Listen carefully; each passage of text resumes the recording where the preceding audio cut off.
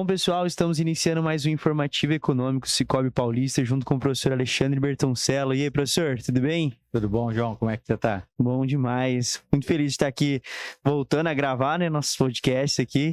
Exatamente. Esse pessoal com a agenda complicada, difícil, mas é sempre importante a gente parar e dar atenção para a economia, porque tudo se movimenta através dela.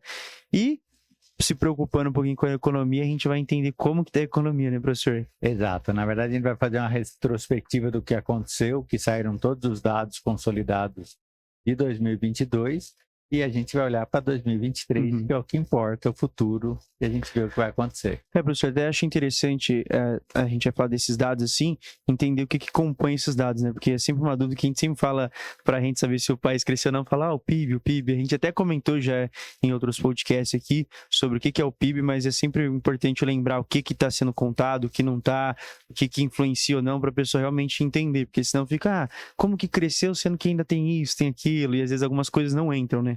Exato. Então, aí a gente precisa dividir isso em dois pedaços ali. Primeiro, quando a gente fala o PIB, que aliás o PIB de 2022 cresceu 2,9%, você tem ali a agropecuária, a indústria, os serviços, as exportações menos as importações. Porque toda vez que você importa, você foi lá, comprou da Shopee, trouxe não sei o quê, o seu dinheiro vai para fora do Brasil e por esse motivo o PIB aqui diminui. Toda vez que o pecuarista vai lá e exporta carne, você vai de alguma maneira mandar o produto para fora, o dinheiro entra e só um PIB. E temos nós aqui, que de alguma maneira negociamos, né, entre produtos agrícolas, industriais e serviços. Quando você olha esse primeiro panorama, você está pensando assim, como é que foi cada um? Bom, pela primeira vez, o PIB agropecuário caiu, e aí são dois motivos. O primeiro, a gente teve uma quebra de safra por uma questão climática e os preços dos commodities agrícolas, né, a nível mundial, caiu. E aí você tem uma formação de acúmulo de capital menor em 2022 do que em 2023. Nossa, tá engraçado falar isso, né, professor? Porque a gente ouviu falar tanto do agro esse ano, né? Que a hora que você falou até para mim assim, ficou no negativo, eu falei, nossa. Como assim? Logo o agro, né? Que a gente ouviu falar tanto assim. Assim, nós batemos recordes de exportações no volume. A gente vê que movimenta muita coisa no PIB. Mas o PIB é a soma de todas as riquezas produzidas naquele ano. Então, vamos imaginar que se você fizesse apenas 100 sacas de soja e ela custasse R$10, então valeria 1.000. Se você faz 100 sacas de soja e ela passa a valer R$9, na verdade você fez 900, mesmo produzindo a mesma quantidade. Então você tem uma queda. Então não foi que foi mal assim, não é que o agro foi mal, é que alguns fatores acabaram atrapalhando com que ele pudesse realmente, se fosse tudo do jeito que estava acontecendo, se tivesse tudo na normalidade, ele se sairia ali dentro do resultado esperado. Sim, nesse sentido sim, mas daí e o PIB é sempre a comparação com o ano passado. Então, quando você faz o PIB de 2022, você compara como foi 2021 e como foi 2022. E assim por diante. E os produtos agrícolas, a gente viu muito, a gente sentiu isso no mercado, né? Os preços subiram muito. Então, se você for pensar o aumento que teve de uma maneira excessiva 2020 e 2021, agora que o preço vai voltando à normalidade, aparece um número negativo, porque comparado ao ano passado, né, você acabou produzindo menos ali. Entendi, interessante. Ô, professor, e com relação a isso, a gente comentou bastante ano passado, a gente fez as previsões, né? Você comentou um pouquinho, saiu dentro do esperado, aquilo que a gente estava programando, que você falou? Saiu, eu lembro que a gente fez um podcast no começo de julho. Sim, é isso que eu estou lembrando agora. E a gente falou assim, se não crescer mais do que 2%... O professor vai depositar Pix na conta de quem estiver vendo. Não foi bem isso, mas teve essa... Sim. E cresceu 2,9%. Só não cresceu 3% ou mais por uma questão que no último trimestre houve, de alguma maneira, uma redução tanto da parte industrial, da parte de serviço e principalmente da parte de formação de capital. A formação de capital, para o pessoal que está vendo, é assim: toda vez que alguém monta uma fábrica nova, importa um maquinário muito pesado, compra, no caso da agricultura, compra uma colhedeira que custa lá 1,5 milhão. Toda vez que você faz esse tipo de coisa, ou teve o marco do saneamento, né, onde você cria lá uma rede de esgoto nova, tudo isso é formação de capital. E a formação de capital, ela deveria seguir, no mínimo, a depreciação dos próprios produtos. E o que a gente observou no ano passado, o crescimento de capital foi de 0,9, com um PIB de 2,9. O que você está falando? Olha, eles investiram em 2021 para que 2022 crescesse, e agora eles investiram mais de 3%, e agora caiu muito. Então, a possibilidade de a gente ter um 2023 menor é grande, porque você tem menos investimentos e aí começa a complicar. Um outro dado que chamou a atenção em 2022 foi o governo. Né? Para quem acha que a visão de mundo tem que ser um governo menor, o governo passado fez esse papel. O PIB cresceu 2,9 e os gastos do governo foi de 1,6. Então, você está falando, o governo proporcionalmente encolheu em relação à economia. Então, isso é um dado importante. Ou vendendo estatais, ou cobrando menos impostos, mas de alguma maneira você viu que a máquina pública deu uma enxugada. E mesmo assim o Brasil cresceu, né? Então, esse foi um dado positivo nesse sentido do ano passado. Que bom. É interessante, professor, que você fez essa associação agora, que teve esse crescimento, né, em algumas áreas, assim, e outras já estão prevendo uma queda. E como que é começar um ano assim, a gente já está agora no mês de março, mas ainda assim estamos no início, mas como que é iniciar um ano já com uma expectativa de que as coisas vão cair, vão diminuir, nesse sentido, né, para o pior, não? Se fossem juros, né, a gente tá... Então, porque a gente começou o ano e olha, parece que nem acabou o primeiro trimestre, mas parece que a gente já está cansado das notícias desse ano. Então, vamos tentar elencar aqui só para ver. Nós temos hoje um juros real muito alto. Nós temos o fim do teto de gastos que foi feito e comprovado aqui. A gente teve uma mudança das leis das estatais e já estão falando nas estatais, de alguma maneira, participar mais da economia.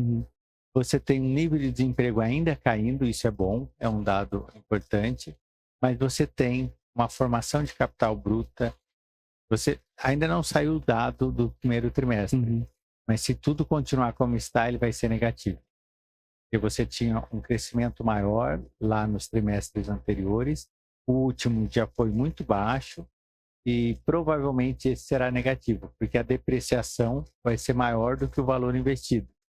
Se isso acontecer e com o papel do governo que ele hoje entende que ele deve participar mais da economia, a gente vai ter essa virada de chave, e são visões de mundo diferentes. Professor, diante disso, quando o governo ele propõe essa ideia, né?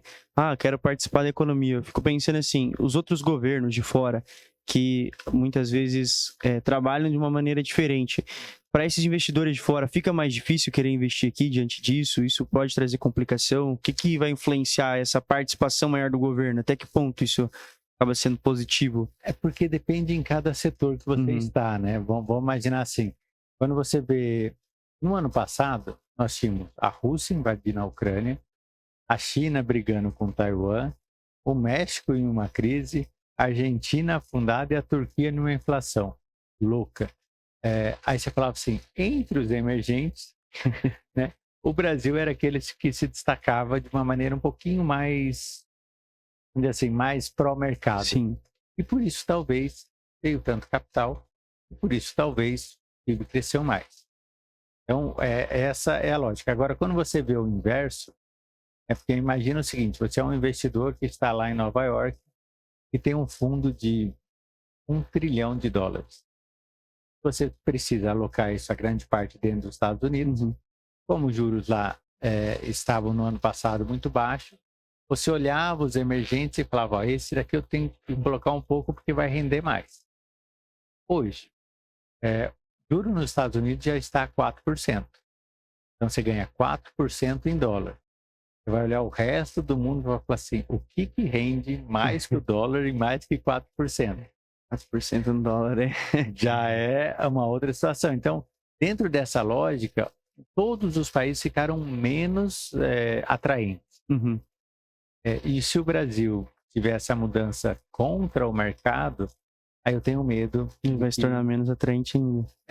Então, esse que foi o pensamento assim, que eu tive na hora que você comentou, porque eu fiquei, caramba, se já tá assim, se começar a ter essa participação, vai começar as pessoas a falar, não vou investir ali, porque ali vai ter muita influência. E dentro disso até eu vi notícia agora, né, que vai começar a taxar até os jogos agora, né, tinham de apostas, coisas assim, vão começar, vai ter várias mudanças nessa intenção de participar mais, né? Exato, e vale lembrar, né? O que é o governo participar mais, né? Parece que é aquele amigo que quer jogar bola na rua junto com você e você fala, não. É que o governo, ele tem, a participação na economia ou aumentando impostos, ou aumentando as estatais, ou aumentando a própria regulamentação do mercado. E o que eu observo?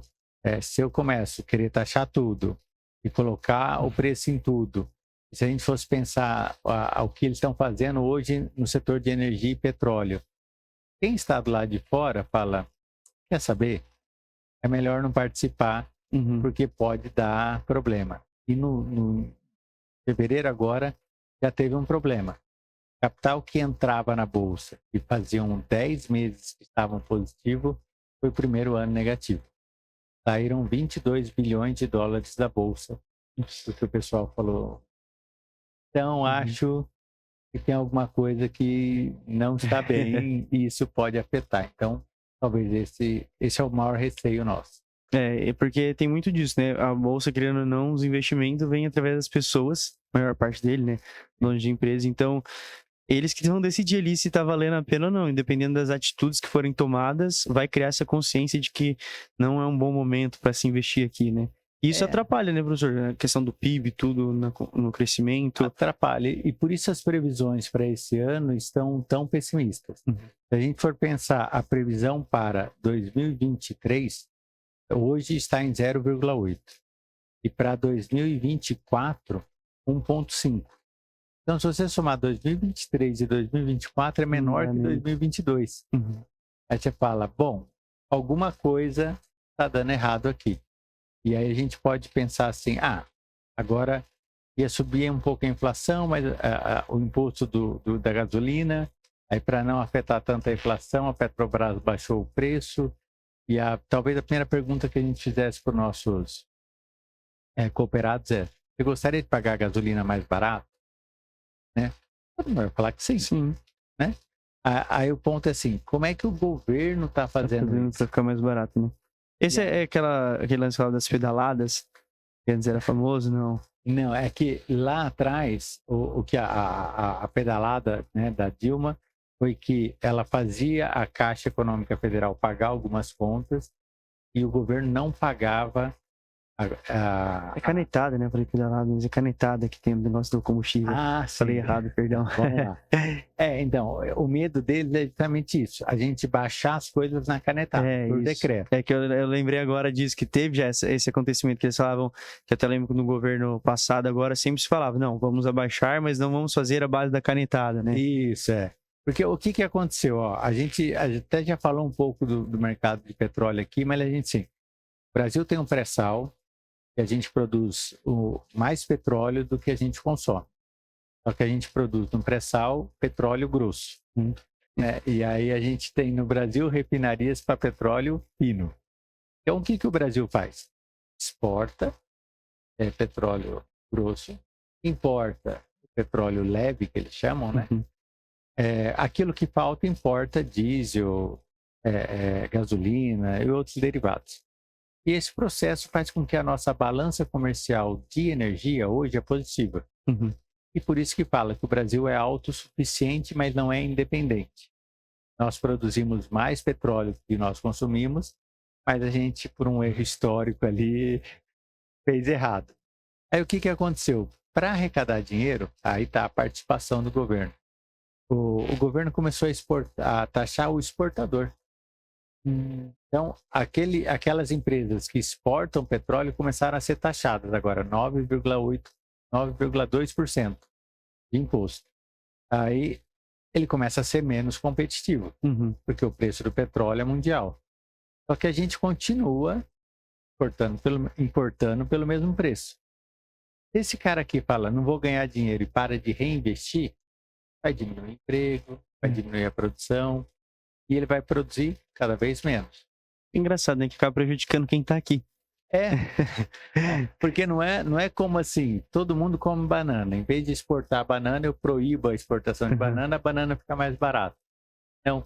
Só para um grupo que tá exportando a banana que eu vou complicar e pro resto todo mundo ganha. Exatamente. E aí isso não vai acontecer. Então a gente começa a ficar muito preocupado, porque são ações ações de taxação de jogos, então uma série de coisas que você olha ali e você fala, será que alguém fez a conta que isso vai bater? Porque se eu começar a baixar muito o preço do combustível na canetada, os outros importadores que participam do mercado nacional, eles têm duas alternativas. A primeira, ou ele começa a importar menos e começa a faltar gasolina na bomba, que eu acho que ele não vai fazer isso, ou ao invés de importar, o que ele faz? Ele pode comprar o combustível direto da Petrobras para abastecer os clientes dele. E ele vai continuar lucrando. A Petrobras vai ter o prejuízo dela que baixou e da compra do outro. Então, curiosamente, quem sai ganhando são as empresas privadas que vão importar ou comprar mais barato da própria Petrobras. A Petrobras está perdendo, as ações despencam na bolsa, a gente paga mais impostos e aí você começa a inviabilizar o processo. Aquilo que foi construído pode ser destruído. Então, esse é só um exemplo da tal formação de capital. Porque fazer uma plataforma lá e deixar no mar é uma coisa, mas quanto você gasta para manter aquilo? As empresas, não só de petróleo, mas de uma série de coisas, começaram a não gastar mais. E isso pode afetar, inclusive, quem está aqui dentro. Apesar do aumento de receita do governo momentâneo, inclusive, o governo é o maior sócio da Petrobras. A Petrobras, no ano passado, deu 200 bi de lucro. 50 bi foi para o governo. Então, ou seja, um quarto de tudo que foi de lucro foi para o governo. Se a Petrobras começa a ter prejuízo, o governo tem que assumir o prejuízo. E não recebe 50 bi. A empresa paga de imposto, no ano passado, pagou mais de 300 bi de imposto. Mas porque ela deu lucro. Agora, se ela não desse lucro, ela para de pagar isso. Então, o aumento aqui pode dar um dano tão maior no ano que vem que a gente começa a ficar assustado se as pessoas estão vendo isso. É que é curioso, porque da forma que é falado e passado, sempre parece mostrar uma visão de que vai ser melhor. Porque quando você pensa, uma pessoa que às vezes escuta, vai ser investido aqui, estão investindo, tipo, não vão privatizar, não vão deixar na mão dos outros. E aí ouve alguns discursos que são jogados assim, dá a sensação do que, nossa, tá defendendo o que é nosso, agora sim vai crescer, mas na verdade tem uma série de fatores por trás que na verdade nos mostram que é mais uma medida assim para mostrar do que realmente que foi, que nem você falou, será que foi calculado? Será que estão vendo se realmente isso vai compensar? Se tem um estudo por trás daquilo mostrando algo? É tudo, acho que mais jogado assim, né? Mas, tem que fazer, resolver, vamos fazer. Eu realmente tenho dúvidas, é isso, assim. Porque se eles estão fazendo uma jogada, né, conversando, você fala assim, eles estão fazendo isso, mas consciente de que estão errando. O meu medo é de eles acharem que eles realmente estão certos. Porque aí passa a ser um problema ainda maior, né? Sim. Você não ter a consciência do que está acontecendo é pior do que você ter e fazer de um outro jeito, né? Então, e tem algumas coisas como aquele exemplo do taxação de jogos online. A empresa não tem sede no Brasil, como é que vai taxar? E se também tem hoje, vai sair, vai para fora e vai começar a operar aqui. Não é uma situação que você fala assim... Aí você tira ainda mais aqui o investimento aqui dentro. E aí no médio e no longo prazo, esse tirar o investimento daqui é diminuir a formação de capital. E aí você vai minando, como se você tivesse uma casa na beira do mar e que fosse minando por baixo ali a água, uma hora Isso é interessante, né? Porque a gente tem que sempre ter essa visão, né? Macro mais aqui do momento, mas e lá na frente, o que vai acontecer, como que vai ser. E, professor, diante disso, a previsão assim do PIB, o que vai ser? Se a gente falava em crescimento ano passado, a gente estava quase chegando aí nos 3, esse ano vai diminuir de uma hora para outra, como que vai ser, qual momento assim você acha que vai mais pegar, em que parte, né? Como a gente tem ainda uma diminuição do desemprego, a gente está aí menos de 8%, a gente estaria no momento para começar a pensar em pleno emprego. Alguns estados do Brasil estão em pleno emprego, Santa Catarina, Paraná, Mato Grosso, já estão abaixo de 6% de desempregado. Isso faz o aumento da renda do trabalhador. Alguns estados estão ainda com 12%, 13% de desemprego, como é o caso do Maranhão, da Bahia. Então, assim, seria o momento de aqueles estados mais produtivos começarem a puxar e a gente continuar a desenvolver. Com tudo que a gente está vendo, esse medo da iniciativa privada, a previsão do Focus esse ano é de 0,8. E aí, infelizmente, eu vou ter que fazer uma aposta ao inverso, porque a gente estava falando lá atrás, né? Sim. Que eles estavam projetando 1,5, eu falei, isso vai passar de 2 tranquilo. Eu acho que vai ser menor que 0,8. Infelizmente, a gente vai ter, não sabe exatamente o que vai acontecer, mas 2 fatores me chamam muita atenção. A questão fiscal do Brasil e o que está acontecendo lá fora, né? E aí a gente pode falar depois um pouquinho dos outros países, como está funcionando, mas eu diria assim, estão 2 fatores. Os juros devem continuar alto porque eu tenho um governo que quer participar mais da economia e quer gastar mais. Então, para manter o valor da moeda, os juros vão ficar altos. E se isso continuar, todo mundo que tem empresa, ou todo mundo que tenha dinheiro, sim, por que não deixar na renda fixa? Porque você está rendendo aí mais de 13% ao ano. Vai arriscar muitas vezes investir em alguma coisa que não sabe nem como vai ter a situação, porque também influencia para as pessoas gastarem, né? Exatamente. Então, a pessoa vai falar, vou abrir agora um negócio no meio que às vezes as pessoas não querem gastar e se eu não gastar, eu ganho também mais. E aqueles bens duráveis, né, por exemplo, automóveis, o que a gente percebeu? A gente vê uma série de montadoras começando a dar férias coletivas. As férias coletivas normalmente acontecem em dezembro e janeiro, não em março. Então tem alguma coisa, algum sinal amarelo aí apontando e a gente vai ver muito em breve uma situação assim, olha, com juros desse tamanho, né? Sei quem me contou, eu vou contar aqui em off, mas diz que o brasileiro vê assim o tamanho que cabe na parcela, o que ele vai comprar. Então o que acontece? Quando o juros sobe muito, nem a parcela cabe no orçamento. E aí você não compra. E normalmente são aqueles bens duráveis, são casas, apartamentos, terrenos, automóveis, a lancha que você tem. Queria ter, vamos conquistar ainda. Só com investimento, hein? Só com investimento. E aí, a tendência é que esses bens vendam menos. E se isso acontecer, você tem toda uma cadeia. A gente falou, a cadeia de petróleo e energia pode estar com problema. A cadeia do setor automobilístico pode estar com problema. A cadeia da construção civil pode estar com problema. Você fala, opa, eu tenho que repensar. Então, professor, você até falou agora essa questão assim da compra, né, de imóveis, assim. Só que aí também entra ao mesmo tempo que vai ter uma dificuldade por parte de grandes pessoas, vai ter uma facilidade por parte de outras por conta dos programas que existem do governo, algo do tipo. Como que vai funcionar essa relação assim? Vai estar bom para algum e para outros não? Que é a maior participação do governo. Sim.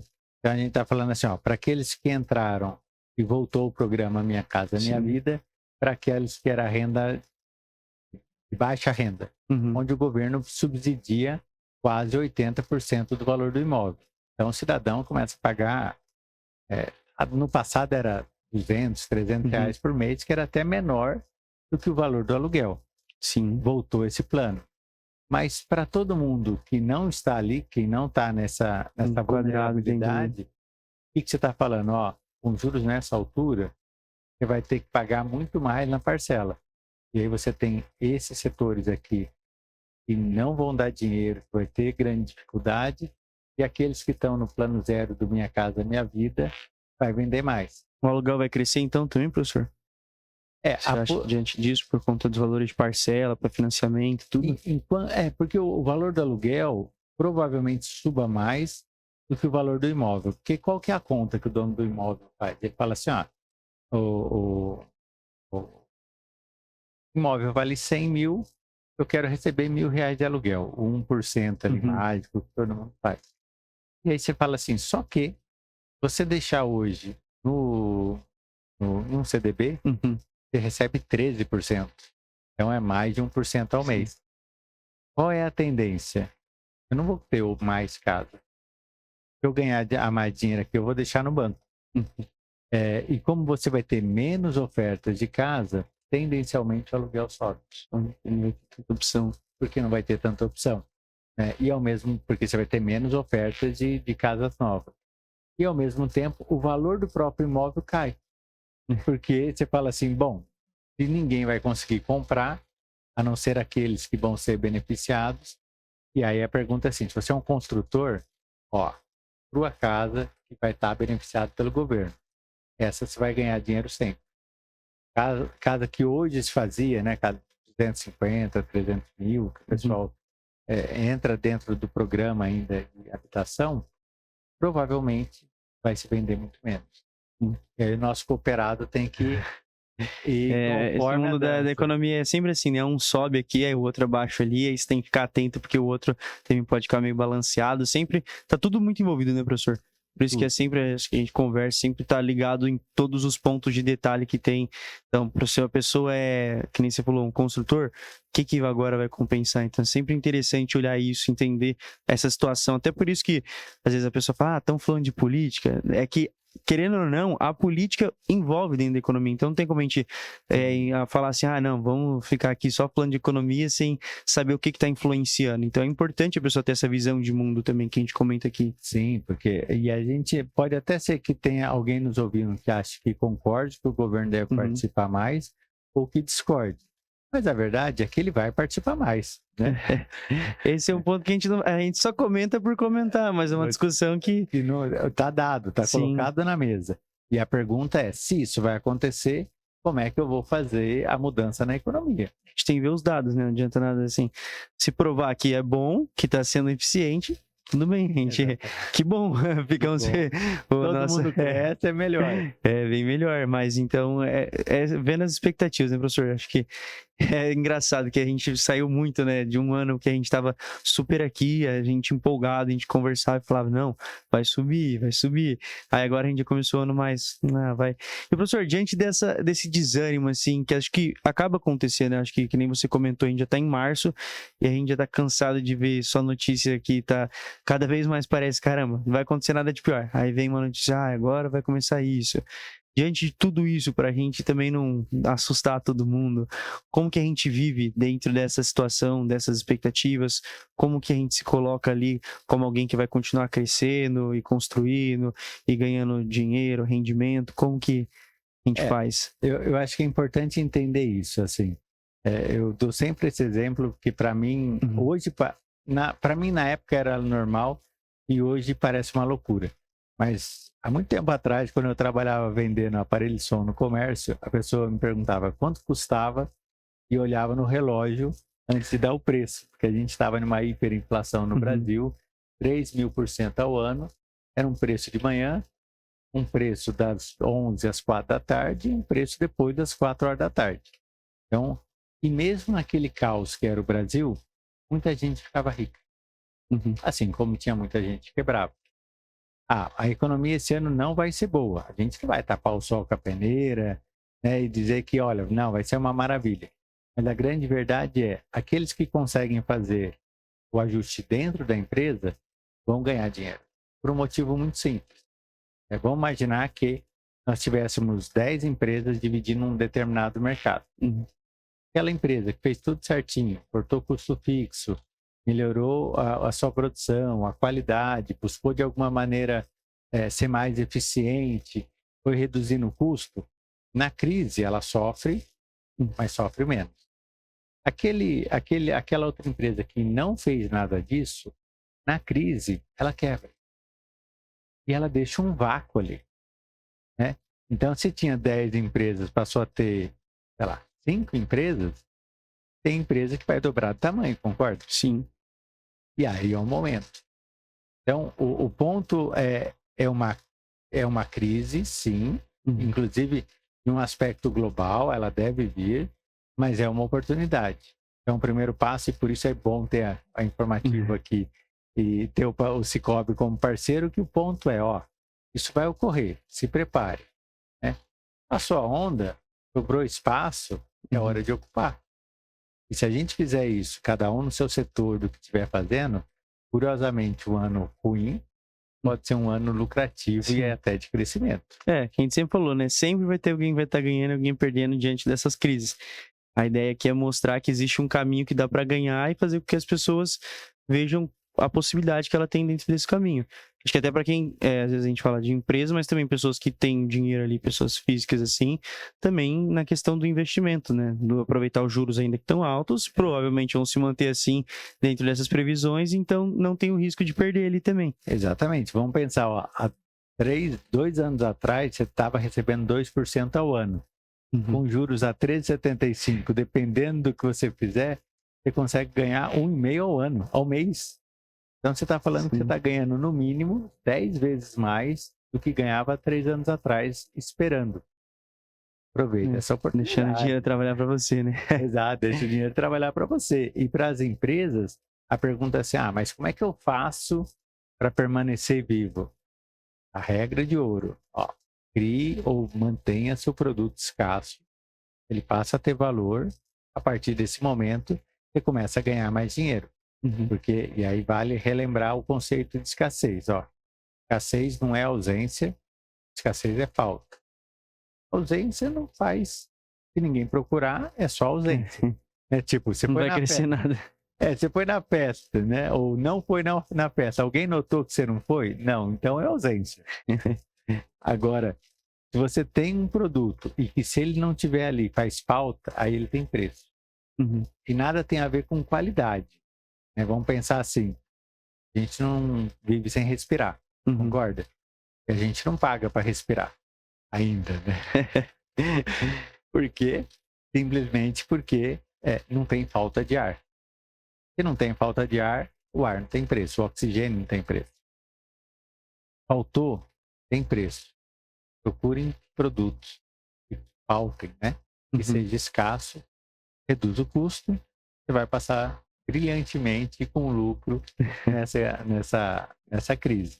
E para aqueles que estão pessoa física, aproveite que é o momento de guardar, não é o momento de gastar. Mas queria tanto trocar de carro. Tá, espera mais um ano.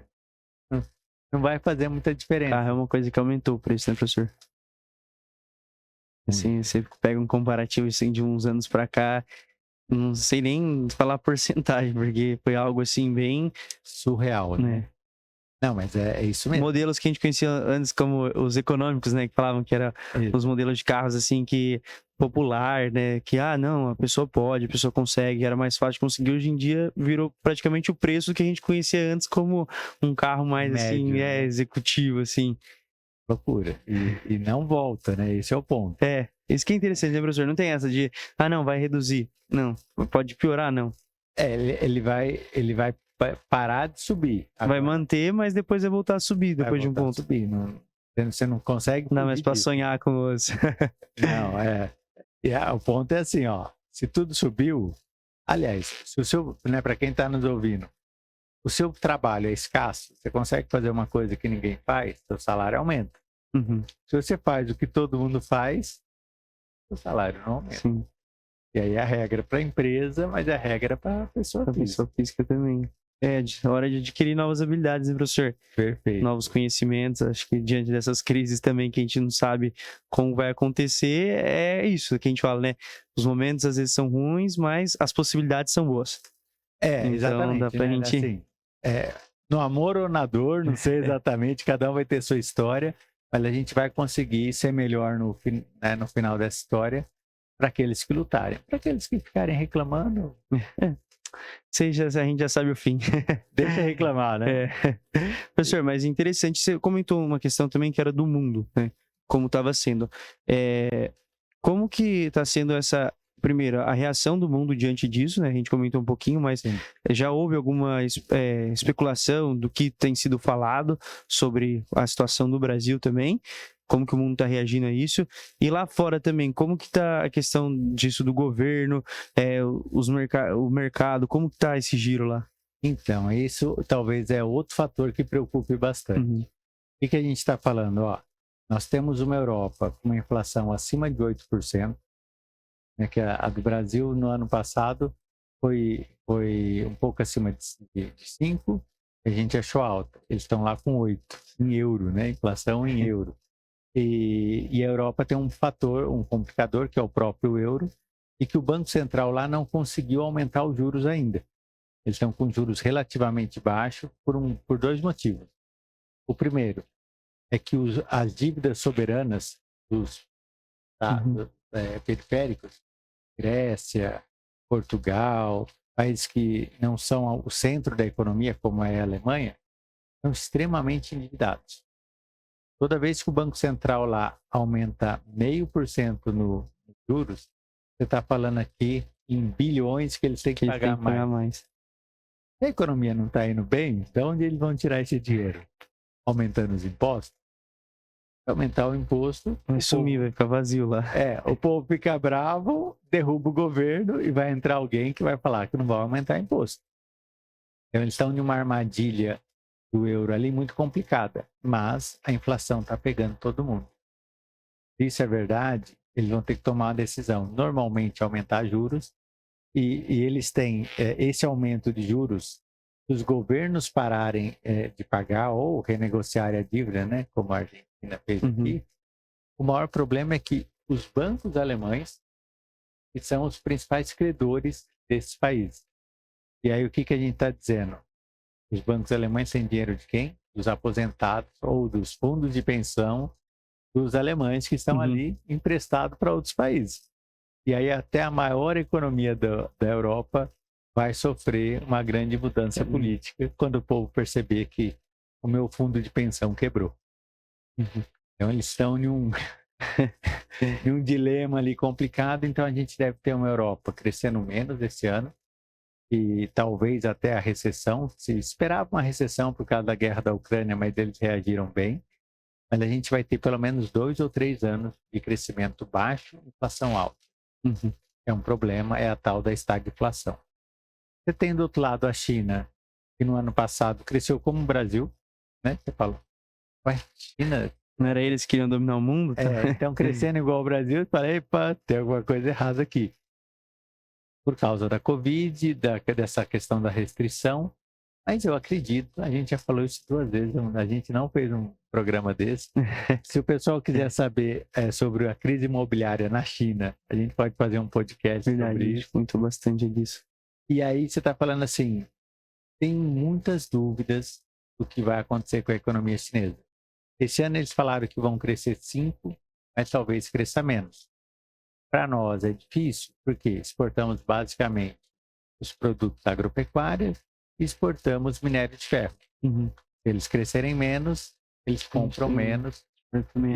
E aí tem, lembra que um dos fatores do crescimento do ano passado foi a exportação brasileira? Esse fator vai diminuir, então vai diminuir ainda mais. Vai complicar ainda mais a nossa história. E por fim, se a gente for pensar os Estados Unidos, que já está com juros altos, que deve aumentar ainda mais, lá tem um outro lado.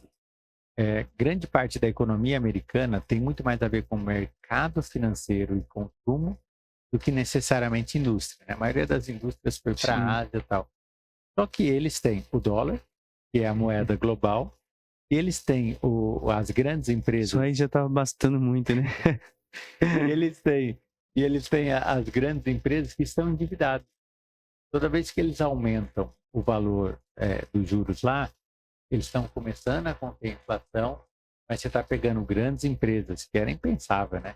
Facebook, Apple, mandando gente embora por conta porque eles têm que cortar custo. Tá essa onda, né, professor? Assim, até o Brasil recentemente teve bastante casos, né, de grandes empresas que acabaram tendo esse corte aí de funcionários, deu o que falar, bastante coisa, né? A gente chegou a comentar aqui, né? Sim. Que até a Natália, acho que é alguma das donas de uma empresa lá que... Ah, não, eu vi isso num curso, tava fazendo um curso agora recentemente, aí parece que uma das lá cortou, ela falou assim, nós não somos ONG, né? Tipo, meio que... Aí deu um bafafá lá, todo aquele rolo, assim. Mas realmente, nem ONG pode viver com prejuízo, né, professor? Não pode. Na verdade, Senão não tem o sentido da ONG, que é de distribuir, então tá acontecendo uma coisa errada, então... E esse é o ponto, né? Nós estamos, de alguma maneira, os grandes já perceberam, e já fizeram ou estão fazendo. E a pergunta e o nosso papel aqui é informar o médio e o pequeno, pense em você, porque esse ano, se você não cortar o custo e não trabalhar com lucro operacional, e for depender de juros, você está ferrado. Então, a gente percebe isso nos Estados Unidos, e os Estados Unidos, por ter o dólar, né, tem essa característica. Eles são os primeiros que entram em crise, aí o preço do dólar dispara, né, porque todas as empresas do mundo estão endividadas em dólar. Quando o preço do dólar dispara, eles têm o dinheiro mais valorizado na mão, pagam as contas e eles são os primeiros que saem da crise também. Então, mas esse repique vai acontecer. E aí, talvez, pensando no que a gente fala aqui de investimento, a hora que acontecer um crash ou alguma coisa assim, é hora de ir às compras para renda variável. Então, se a gente fosse pensar de uma maneira positiva, que eu acho que isso é importante, hoje, o investidor é pago para esperar. Pega o seu dinheiro, põe no CDB, põe no que dê aí um pouquinho mais de DI e fica esperando. A hora que acontecer alguma coisa, as coisas forem lá embaixo, é hora de comprar, porque uma hora vai voltar e quando volta, você ganha mais. Com certeza, quando acontecer isso, a gente vai estar falando aqui, né, professor? Vamos, a gente vai estar sempre em primeira mão mostrando, gente, segura, vai, né? Porque eu acho que é esse o nosso papel. Mostrar as direções, né? Então, assim, não tem como a gente falar que tem uma opção só, a gente não consegue dar uma receitinha de bolo aqui, mas a gente consegue mostrar várias direções e aí vai da pessoa que está nos assistindo entender em qual que ela está se encaixando no momento e qual que ela vai poder seguir. Mas que todas essas, de alguma maneira, sendo trabalhada de maneira correta, sendo observado, a gente consegue um bom resultado no final, mesmo com a crise. Exatamente. O que a gente quer é o cooperado. Se o economista está falando, eu vou acreditar, porque geralmente o economista é conhecido por ter a visão pessimista, né, professor? É o pessoal que mais você olha assim e fala, pelo amor de Deus, não quero ver do lado de um, não. Não, mas a gente é muito pragmático. Então, assim, eu não poderia vir aqui e dizer, vai ser um ano maravilhoso. Não é coach, né, professor? Mas deixa isso pra... Os coach vão brigar. Não, deixa isso pra eles. Eu não tô querendo deixar você entrar no meio aí, ó. E aí, só que qual é o ponto? O ponto é, olha, nós teremos esse ano difícil, mas olhe para sua empresa, reduz os custos, capitalize. Para a pessoa física, aprenda novas habilidades, não desperdice dinheiro e espera. A hora que virar, né, a chave, a gente vai falar o contrário. Gente, agora é hora de investir, agora é hora de entrar em renda variável, porque o que a gente quer é que o pessoal prospere, né? Muito mais. Igual a tartaruga, professor. Sentiu ameaça, dá aquela volta da enxugada aqui dentro do casco, viu que voltou a brilhar o negócio, sai para fora, segue a vida. Que sempre ganha a corrida, mais que o coelho. Isso então. Professor, mas bom demais, agradecer, o papo foi interessante. Acho que deu para esclarecer bastante dúvida em relação a isso, até que eu tinha mesmo, porque a gente sempre tá muito no jornal isso, né? Agora o governo tá participando, tá colocando isso, e eu vi um monte de notícia, vai colocar imposto agora nisso, vai taxar isso, vai falei, pega, o que tá acontecendo aqui? Eu fiquei perdido no meio de tanta coisa. Mas é interessante a gente ver o que tá por trás de tudo isso, assim, né? O que está sendo trabalhado, o que está sendo pensado, e basta agora, assim como certas coisas no mundo, o tempo que vai nos dizer, né? Exatamente, nada como o tempo um dia atrás do outro. Para esclarecer as coisas. Mas, professor, muito obrigado mais uma vez. Agradecer também você que nos acompanhou até agora.